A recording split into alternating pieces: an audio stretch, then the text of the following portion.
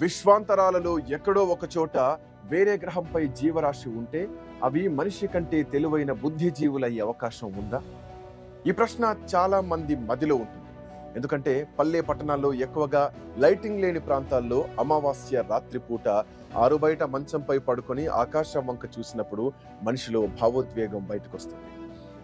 ఆ కోటాను కోట్ల నక్షత్రాల మినుకు మినుకు మెరుపులను చూసినప్పుడు మన భూమిలాగే జీవం ఉన్న గ్రహాలు ఉండి ఉంటాయని, ఆ గ్రహాలపై ఉన్న బుద్ధిజీవుల మధ్య రాకపోకలు ఉండి ఉంటాయని, అక్కడంతా ఏదో జరిగిపోతోందని ఇలా ఎన్నో ఆలోచనలు ముసురుకోవడం మనందరికీ ఒక అనుభవంగానే ఉంటుంది. అసలు విశ్వాంతరాలలో గ్రహాంతర వాసుల గురించి శాస్త్రవేత్తలు ఏమంటున్నారు అన్న కోణంలోంచి చూస్తే, ఈ మధ్యనే ఓ భారత సంతతికి చెందిన శాస్త్రవేత్త, ప్రస్తుతం కేంబ్రిడ్జ్ యూనివర్సిటీలోని institute of astronomy professor Nikku Madhusudhan అలాంటి ఓ గ్రహాన్ని గుర్తించడం సంచలనంగా మారింది. ఆయన దాని గురించినటువంటి వివరించినప్పుడు కొత్త విషయాలు బయటకొచ్చాయి. నిజానికి శాస్త్రీయ ఆవిష్కరణలు మన జ్ఞానాన్ని పెంపొందిస్తాయి. ఈ అనంత విశ్వం గురించి, అందులో మనం ఎక్కడున్నాం అనే విషయాల్లో మన ఆలోచనలను కూడా సమూలంగా మార్చేస్తాయి. ఒకప్పుడు భూమి బల్లపరుపుగా ఉండేదని నమ్మిన కాలం నుంచి భూమి తన చుట్టూ తాను తిరుగుతూ సూర్యుడి చుట్టూ తిరుగుతోందని శాస్త్రవేత్తలు చెప్పే కాలం దాటిపోతున్నాం. మానవ నిర్మిత స్పేస్ క్రాఫ్ట్ మొట్టమొదటిసారి భూమి చిత్రాలను పంపిన క్షణం అలాంటిది. ఇప్పుడు మధుసూదన్ కనిపెట్టిన విషయం ఏంటంటే, సముద్ర జీవరాశి వల్ల భూమిపై ఏర్పడే వాయువు లాంటి ఆనవాళ్లు K2-18b అనే మరో గ్రహంపై ముసురుకొని ఉన్నాయి అన్నది. భూమి చుట్టూ అలాంటి వాయువు ఉన్నట్టే ఆ గ్రహం చుట్టూ అలాంటి వాయువే ఉందని ఆయన కనుగొన్నారు. దాంతో ఈ విశ్వంలో మనిషి ఏకాకి కాదని, సుదూర తీరాల్లో ఎందరో గ్రహాంతరవాసులు, ఆ గ్రహాలు కూడా ఉన్నాయని, వారి ఉనికిని గుర్తించే క్షణం ఇంకా ఎంతో దూరంలో లేదని శాస్త్రవేత్తలు అంటున్నారు. దివంగత భౌతిక శాస్త్రవేత్త స్టీఫెన్ హాకింగ్ ఎప్పుడో చెప్పారు, ఏలియన్స్ ఉన్నారు, వారు లేరనుకోవడం మూర్ఖత్వం, కాకపోతే వారిని కలుసుకోవాలని అనుకోవడం మాత్రం ప్రమాదకరం అని హెచ్చరించారు. ఇంతకీ ప్రొఫెసర్ మధుసూదన్ ఏమంటున్నారంటే, ప్రాథమిక ప్రశ్నల పరంగా చూస్తే ఇది చాలా పెద్ద విషయం, కాకపోతే మనం వాటికి సమాధానాలు చెప్పగలిగే దశలో ఉన్నామని అనుకోవచ్చు. అయితే అది మరిన్ని కొత్త ప్రశ్నలు లేవనెత్తొచ్చు. మరో గ్రహంపై జీవరాశి మనుగడ ఉందని తేలితే అది మానవ జాతిపై ఎలాంటి ప్రభావం చూపుతుంది? ఇలాంటి ప్రశ్నల్ని రేకెత్తించవచ్చు. వారితో పరిచయం ప్రమాదకరమా, లేక మరింత అభివృద్ధికి దోహదం చేస్తుందా? ఆ ఏలియన్స్ మనకంటే బుద్ధిజీవులై మనతో స్నేహభావంతో ఉంటే మనకు లాభంగానే ఉంటుంది. మనల్ని శత్రువుగా పరిగణిస్తే మాత్రం నష్టం కలగవచ్చు. అయితే ఈ ప్రొఫెసర్ కనిపెట్టిన గ్రహం మనం నివసించే భూమికి 700 లక్షల కోట్ల మైళ్ల దూరంలో ఉంది. ఆ గ్రహంపై జీవం ఉండొచ్చనడానికి సరైన ఆధారాలు ఆయన కనిపెట్టారు. దాంతో ఆ జీవం ఏ స్థితిలో ఉంది, భూమి కన్నా పాతదయ్యుంటే, ఇప్పటికే అనేక పరిణామాలు సంభవించి ఉంటే, ఆ జీవులు మనకన్నా అడ్వాన్స్డ్ టెక్నాలజీని కనిపెట్టి ఉంటారని భావించే వరకు ఆలోచనలు చేస్తున్నారు ఔత్సాహికులు. నిజానికి మన పూర్వీకులు చాలా కాలం కిందటే గ్రహాంతరవాసుల కథల్ని సృష్టించారు. అంగారక గ్రహం ఉపరితలంపై ఒక సరళ రేఖ కనిపిస్తున్నట్లు ఖగోళ శాస్త్రవేత్తలు 20వ శతాబ్దం ప్రారంభంలోనే భావించారు. ఇది అప్పట్లో మనకి దగ్గరలోని మరో గ్రహం, అత్యాధునిక నాగరికతలు విలసిల్లుతూ ఉండొచ్చు అక్కడ అన్న ఊహాగానాన్ని కూడా రేకెత్తించింది. గాల్లో ఎగిరే సాసర్లు, లిటిల్ గ్రీన్ ఏలియన్స్ వంటి సైన్స్ ఫిక్షన్ సంస్కృతికి దారితీసింది. మరెన్నో హాలీవుడ్ సినిమాలకు ఈ సమాచారం దారివేసింది. కానీ దశాబ్దాల తర్వాత ఇప్పుడు మరో గ్రహంపై జీవరాశి మనుగడ ఉందని ఇంతకు ముందెన్నడూ లభ్యం కానంత బలమైన ఆధారాలు దొరకడంతో కొత్త ఆలోచనలు వస్తున్నాయి. ఎందుకంటే ఇది మన సౌర కుటుంబంలోని అంగారకుడి గురించో లేక శుక్రుడి గురించో కాదు, ట్రిలియన్ మైళ్ల దూరంలో మరో నక్షత్రం చుట్టూ తిరుగుతున్న వేరే గ్రహం గురించిన పరిశోధన.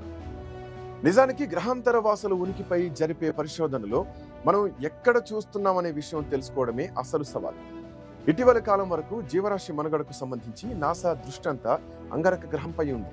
కానీ 1992లో మన సౌర వ్యవస్థకు అవతల మరో నక్షత్రం చుట్టూ పరిభ్రమిస్తున్న గ్రహాన్ని కనుగొన్నప్పటి నుంచి ఈ ధోరణిలో మార్పు మొదలైంది. దూరంగా ఉన్న నక్షత్రాల చుట్టూ కూడా వేరే ప్రపంచాలు ఉండొచ్చని ఖగోళ శాస్త్రవేత్తలు అనుమానించినప్పటికీ అప్పటి వరకు దానికి ఎలాంటి రుజువులు లేవు. ఆ తర్వాత నుంచే మన సౌర వ్యవస్థ అవతల దాదాపు 6000 గ్రహాల్ని గుర్తించారు. మన సౌర వ్యవస్థలోని గురుడు, శని వంటి వాయువులతో కూడినటువంటి గ్రహాలు కూడా వాటిలో ఉన్నాయి. అలాగే జీవనాధారంగా భావించే నీటి జాడకు అనువైన అతి చల్లని, అతి వేడి గ్రహాలు కూడా ఉన్నాయి. కానీ వీటిలో చాలా వరకు ఖగోళ శాస్త్రవేత్తలు గోల్డిలాక్స్ జోన్ అని పిలిచే ప్రాంతంలో ఉన్నాయి. ఈ దూరం జీవరాశి మనుగడకు అనువైందిగా భావిస్తారు. మన మిల్కీవే గెలాక్సీలోనూ ఇలాంటివి వేల సంఖ్యలో ఉండొచ్చని మధుసూదన్ నమ్ముతున్నారు. ఎక్సో ప్లానెట్లుగా పిలిచేటువంటి వీటిని కనుగొనే క్రమంలో శాస్త్రవేత్తలు వాటి వాతావరణ రసాయన కూర్పును విశ్లేషించే పరికరాల్ని కూడా అభివృద్ధి చేయడం ప్రారంభించారు. సుదూర ప్రాంతాల్లోని ఆయా వాతావరణాల్లోంచి ప్రసరించేటువంటి నక్షత్ర క్రాంతిని సంగ్రహించి అందులో భూమిపై జీవుల ద్వారా మాత్రమే ఉత్పత్తి అయ్యేటువంటి అణువుల రసాయన ఆనవాళ్ల కోసం అధ్యయనం చేయడం ఇప్పుడు శాస్త్రవేత్తలు అనుసరిస్తున్నటువంటి కొత్త విధానం. వీటినే బయోసిగ్నేచర్స్ అని పిలుస్తారు. అంటే జీవం ఉన్న గ్రహాలపైనే జీవం లేని గ్రహాలపైన ఉండేటువంటి బయోసిగ్నేచర్లు వేరుగా ఉంటాయి. K2 18b గ్రహంపై ఇలాంటి గ్యాస్ ను నాసాకు చెందినటువంటి జేమ్స్ వెబ్ స్పేస్ టెలిస్కోప్ కూడా గుర్తించింది. అయితే ఈ టెలిస్కోప్ కు కొన్ని పరిమితులున్నాయి. అవేంటంటే భూమి లాంటి చిన్న చిన్న గ్రహాలను, మాతృ నక్షత్రాలకు సమీపంలో ఉండే చిన్న గ్రహాలను ఇది గుర్తించలేదు. 2030లో రానున్నటువంటి హబ్జువల్ వరల్డ్స్ అబ్జర్వేటరీ HWO అనబడేటువంటి మరింత advanced next generation space telescope మాత్రం వాటిని గుర్తిస్తుంది. ఇది విశ్వాంతరాల్లో భూమి లాంటి గ్రహాల వాతావరణాలను కూడా గుర్తించగలదు. మరో దశాబ్దం తర్వాత యూరోపియన్ సదరన్ అబ్జర్వేటరీకి చెందినటువంటి ఎక్స్ట్రీమ్లీ లార్జ్ టెలిస్కోప్ ELT కూడా అందుబాటులోకి రానుంది. దీంతో చిలి ఎడారి పైన ఆకాశాన్ని మరింత స్పష్టంగా చూసేందుకు వీలవుతుంది. ఇప్పటి వరకు అందుబాటులో ఉన్న టెలిస్కోప్ల కన్నా అతిపెద్ద అద్దంతో ఉంటుంది. దాని వ్యాసం 39 మీటర్లు. దీని సహాయంతో మునుపట్టి పరికరాల కంటే మరింత దగ్గరగా గ్రహాల వాతావరణాలను చూసేటువంటి అవకాశం ఉంటుంది. K2 18b గ్రహం చుట్టూ ఉన్నటువంటి వాతావరణంలో బయోసిగ్నేచర్లను కనుగొన్నట్లు నిరూపించేందుకు వచ్చేటువంటి ఈ పరిస్థితులు, అంటే వచ్చే 2 ఏళ్లలో తగినంత సమాచారం తమ వద్ద ఉండాలని ప్రొఫెసర్ మధుసూదన్ ఆశిస్తున్నారు. అయితే ఆయన తన లక్ష్యాన్ని సాధించినప్పటికీ మరో గ్రహంపై జీవరాశి ఉందన్న విషయం అందరూ పండుగ చేసుకునేంత పెద్దది కాకపోవచ్చన్న అభిప్రాయం కూడా ఉంది.